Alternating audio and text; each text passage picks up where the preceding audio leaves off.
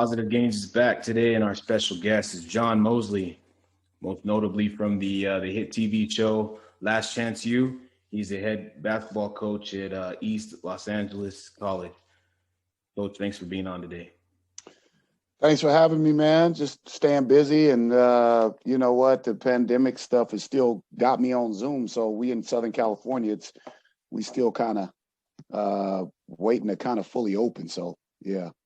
But it's just been good, man. It's given me a chance to kind of reach out and connect with people, these different groups and all that. So, yeah, it's been good. Appreciate you. So how did you feel when they first came to you about, possibly doing the TV show? I'm sure you'd seen all the football, and was it something that you wanted to create a different type of atmosphere other than football? You know what? I think organically it just happens. We're, being basketball, it's a little bit different, man. I think football, there's 100 or so guys. They got their helmets on. They're not as recognizable, similar to how we got, maybe the NBA or something. You could recognize the guys. A lot of emotion is showing. I think that spilled over in the show. You could see a lot more of what's going on because you can see the emotion of the movements, and you can see facial expressions. And then it's a more intimate group because it's only about 15 players, so you kind of can get familiar with a little bit of a smaller group. And so, early on in the show, you talked about how you came to be at East LA, and then before playing overseas. So what was that experience like, playing over there and then taking those lessons that you learned in the coaching?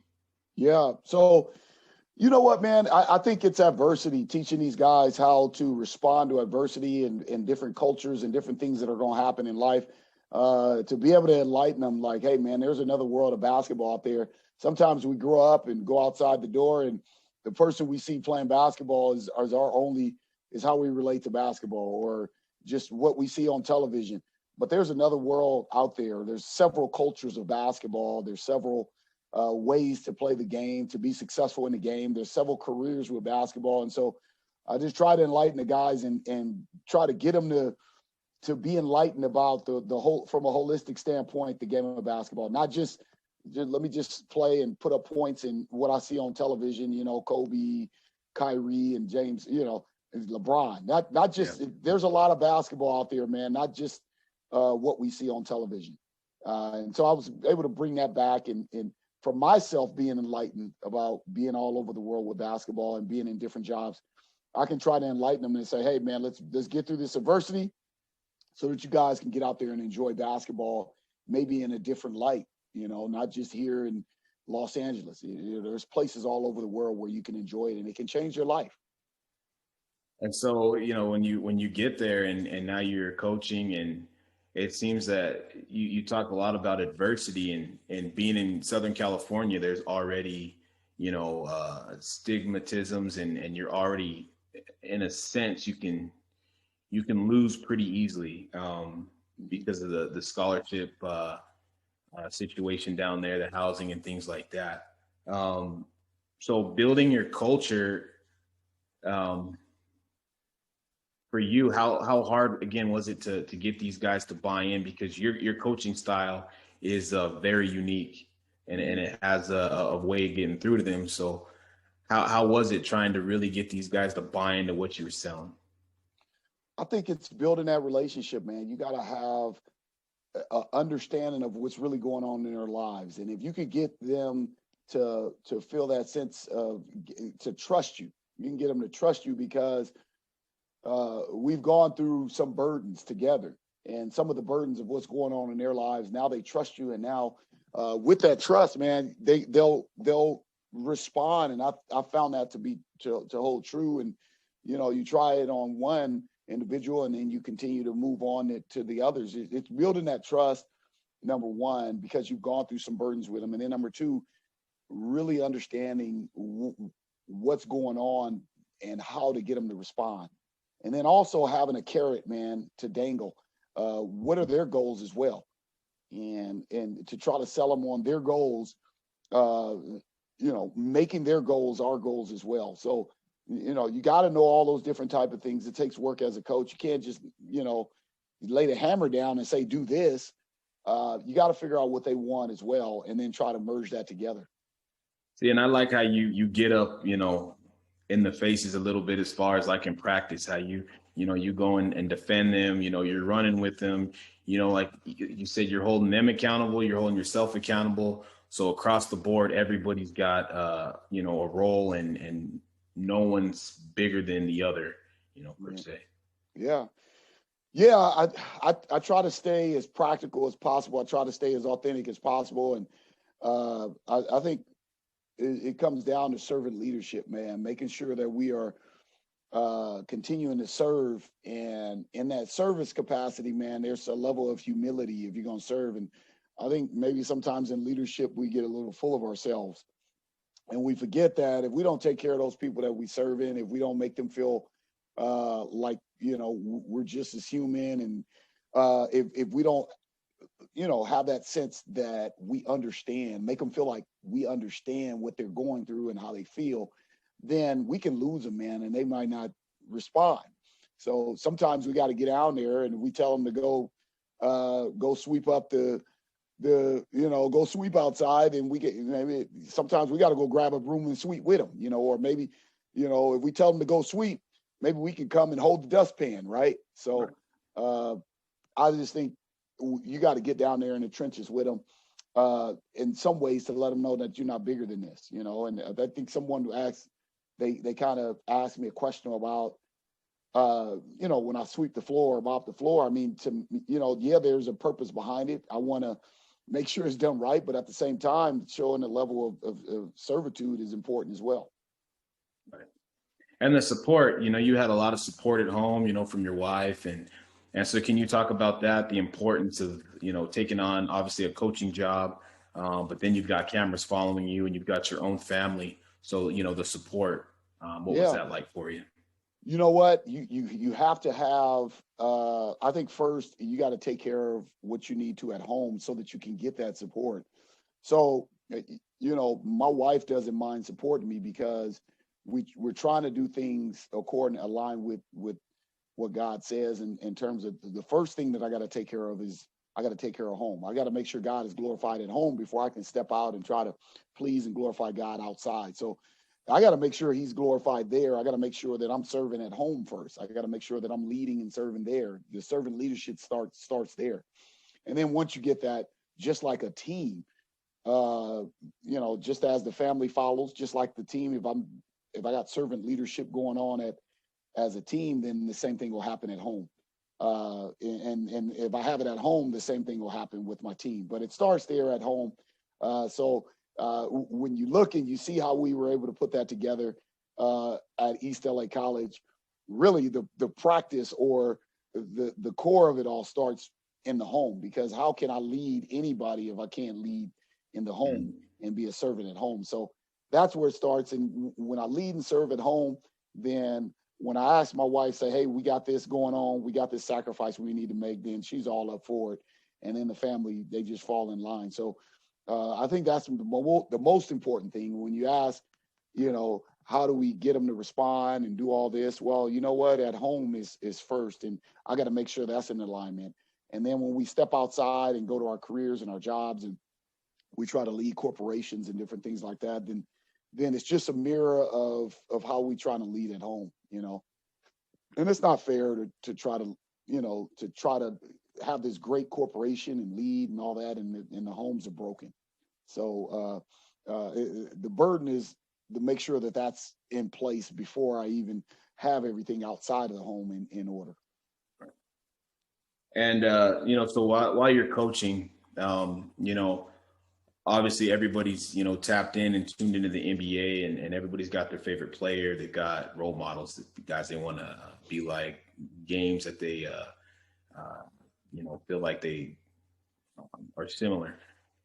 So coaching, how hard is it when you're trying to tap into a team goal, and you've got guys that you bring in that you're trying to again tell them, hey, this isn't me, I. This is the team, because as great as the NBA is, sometimes a lot of it can be ISO ball. So is that something that you try to get away from and stick with the team?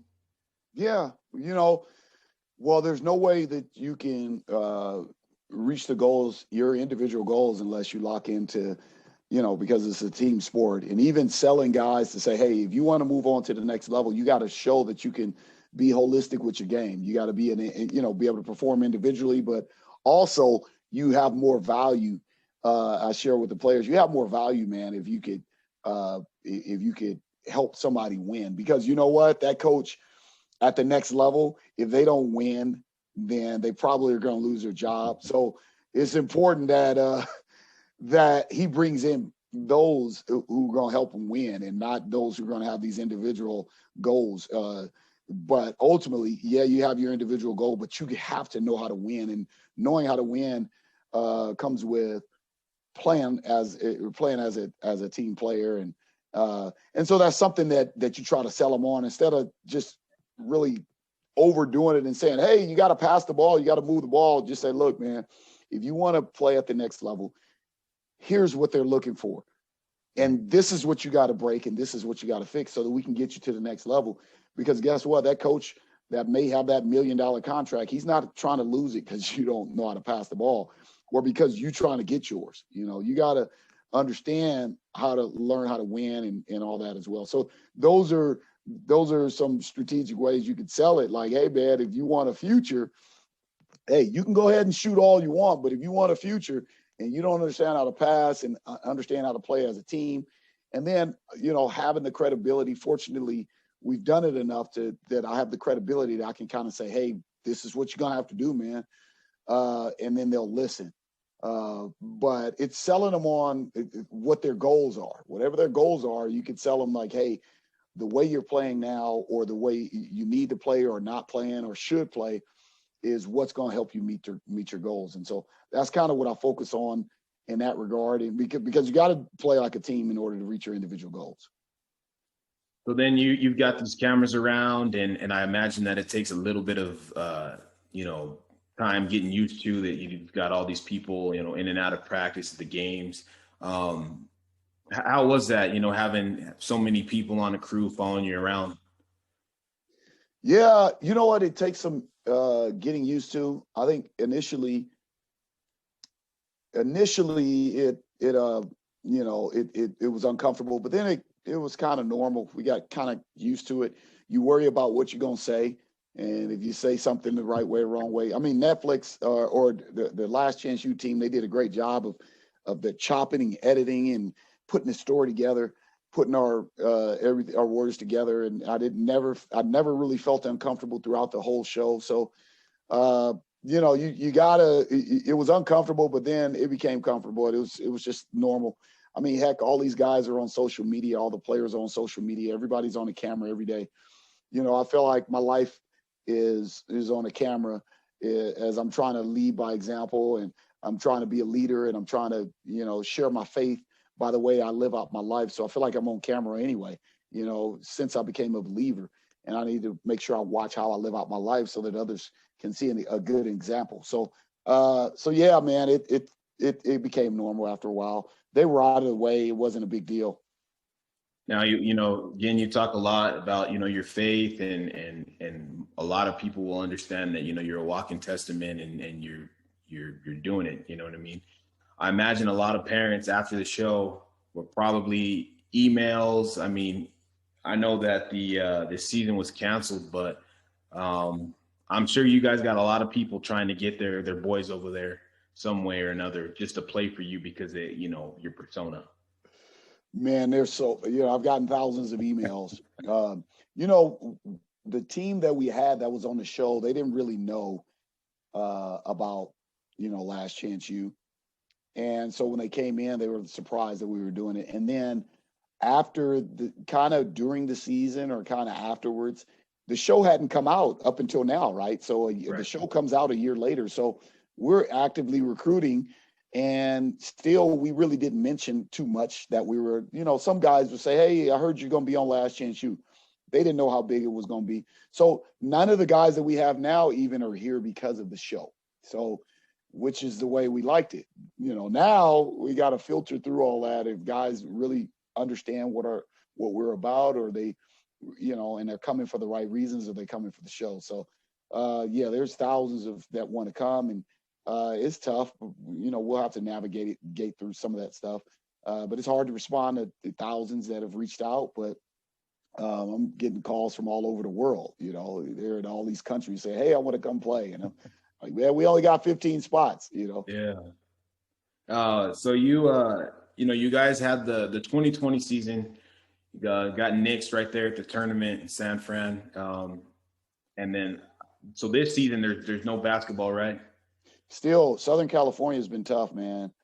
Here in Los Angeles, so we haven't been in the gym yet. So yeah, it's been tough still. Yep, still haven't been there, and yeah, we're still trying to get back, and we just released, or they just kind of released some regulations to allow us to get back into the facilities. Yeah.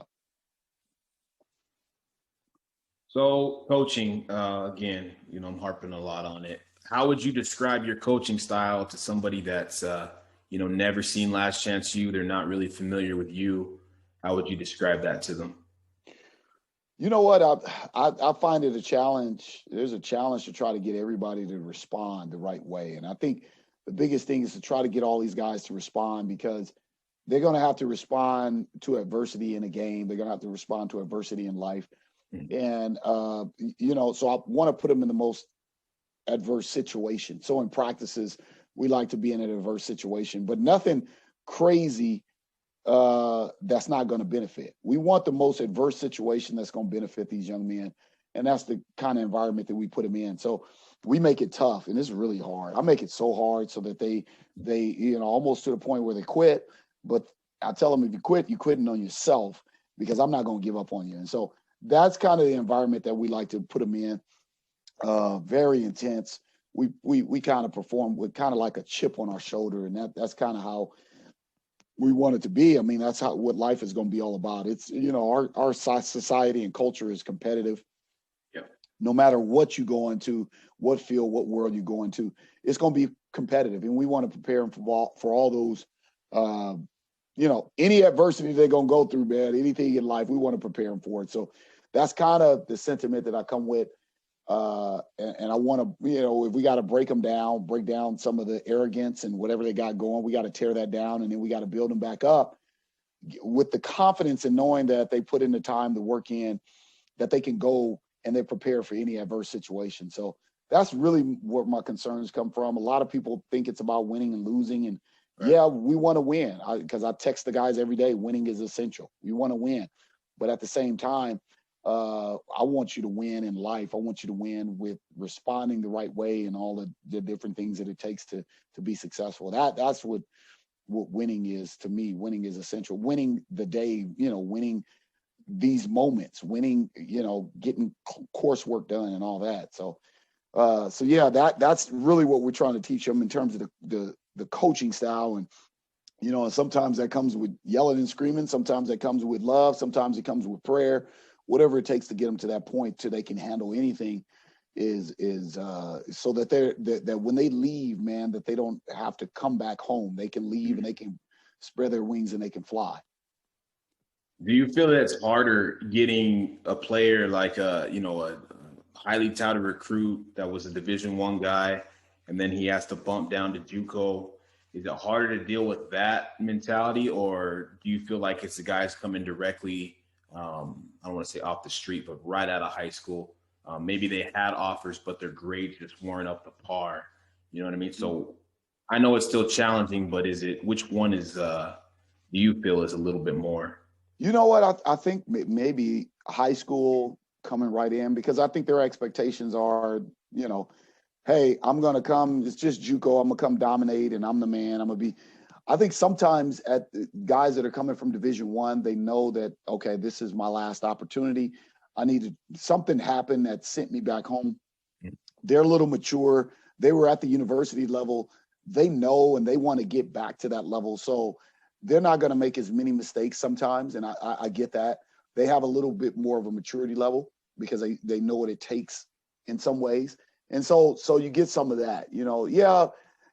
I would say the majority of the guys that's how it is. Yeah, of course, sometimes you get high school kids that don't have bad habits, so they do well, and then you get some guys that come from university or transfers, kickbacks. They can be kind of screwed up, but for the most part, the guys that transfer in, they like, you know what, something happened where I was at. Let me come back and figure it out. I know this may be like the show, so that may be my last chance. And so let me get myself together and let me tell these young guys that, hey, this is what we need to do. If you guys want to get if you want to get to the Division I level like I was at, man, it's great. It's lovely.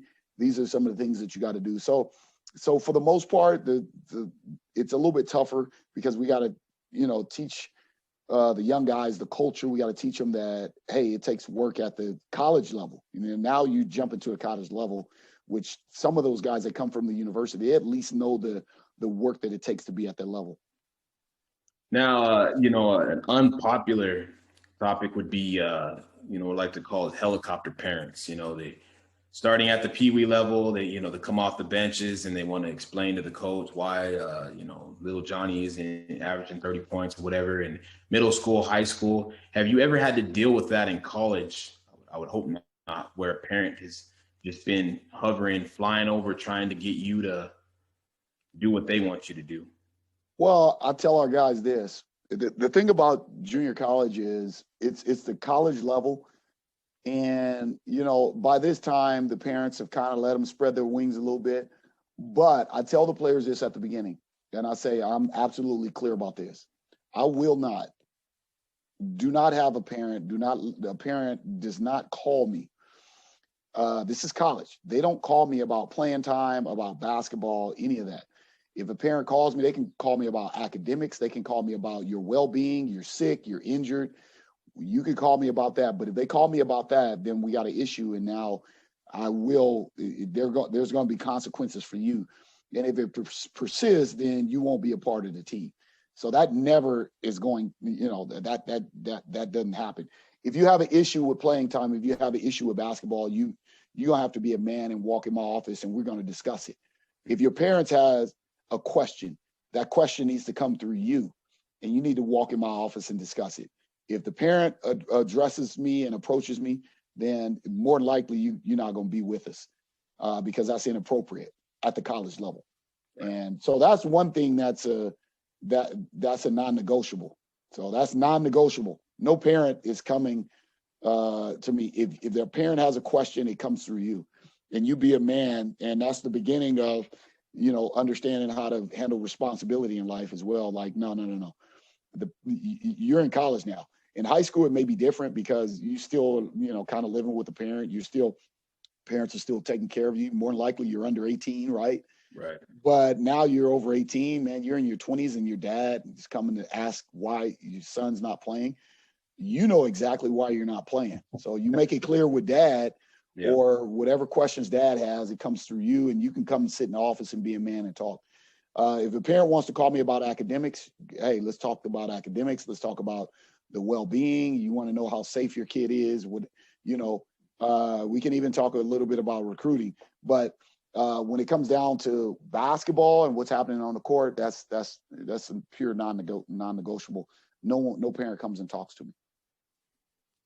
And so when you're teaching these life lessons on and off the court, the kids are buying in and they graduate, they move on to different things, even if they don't make it overseas or in the NBA. How has it been seeing some of your former players come back and reach out to you and say, hey, I appreciate what you did, what you taught me, I didn't understand it then, but now I do. You get a lot of that? Yeah, we stay in contact. I want to see them through as I'm older in my adult age, man. I have gone through some stuff now. So a lot of the guys, they still reaching out and asking me about this and that. And again, it goes back to that trust. They trust me enough to call me and ask me questions about, their life, their finances, their career choices.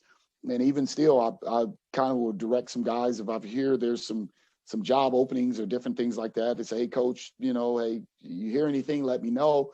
And I'm directing guys. So yeah, it never goes away, man. It's not just about winning games. It's about, directing, these men, or anybody. Heck, I teach at the college, directing the young ladies, anybody who comes across the path that has enough trust to ask me those questions, then I'm gonna direct them or in the best way that I know how. And so the last thing I had for you, what is the impact that you hope to leave, when you are officially done coaching and you can sit back and just relax and take a deep breath? What is it that you want to hear when someone says, what was John Mosley? Well, I hope that they can, that I've shed light on having a relationship with Christ and to be able to build their faith. I mean, ultimately the purpose is to please God while I'm here on earth. So hopefully that stands. And if you talk about from a career standpoint, I hope that, it went from me wanting to be this great coach and everybody, winning games to now really having an impact on these lives for all these young men to have moved on to better their lives, to get an education, to get their degrees, and to use basketball as a tool, a vehicle to kind of, give them a kickstart in life. And how basketball, I've used it. I mean, it's over 20 years that I've used basketball as a career, and I've made a living. And so use it. You got Right. it. Your talent, whatever it is, if it's to play professional basketball, if it's to get your degree and go into a career field, to be able to use basketball. And hopefully I can leave that legacy that I pushed everybody through and help them with their adversity and help them develop some tough skin or some thick skin to get through their, any adversity, and help them respond the right way in life so they can be productive in life, So helping guys respond the right way to adversities in life through basketball, and then also hopefully I can share the gospel through this sport. Well, I know I appreciated it. The positivity with the show, the way you were able to gravitate towards the guys and you knew what buttons to push, and, you didn't have to, call them out of their name or anything, or, get physical or anything crazy. Just somehow you were able to tap in, and I really appreciated that. But again, today, I really appreciate you coming on. Taking the time out of your busy day. I know you said you've got tons of requests, and I mean that's good though. But I can't wait to see you guys back on the court. Hopefully soon. Yeah, man. We're looking forward to it, but ultimately whatever God wants to happen is going to happen. But we'll be waiting. We'll be ready to go to get these guys fired up and start a new season. So, but appreciate you having me. All right.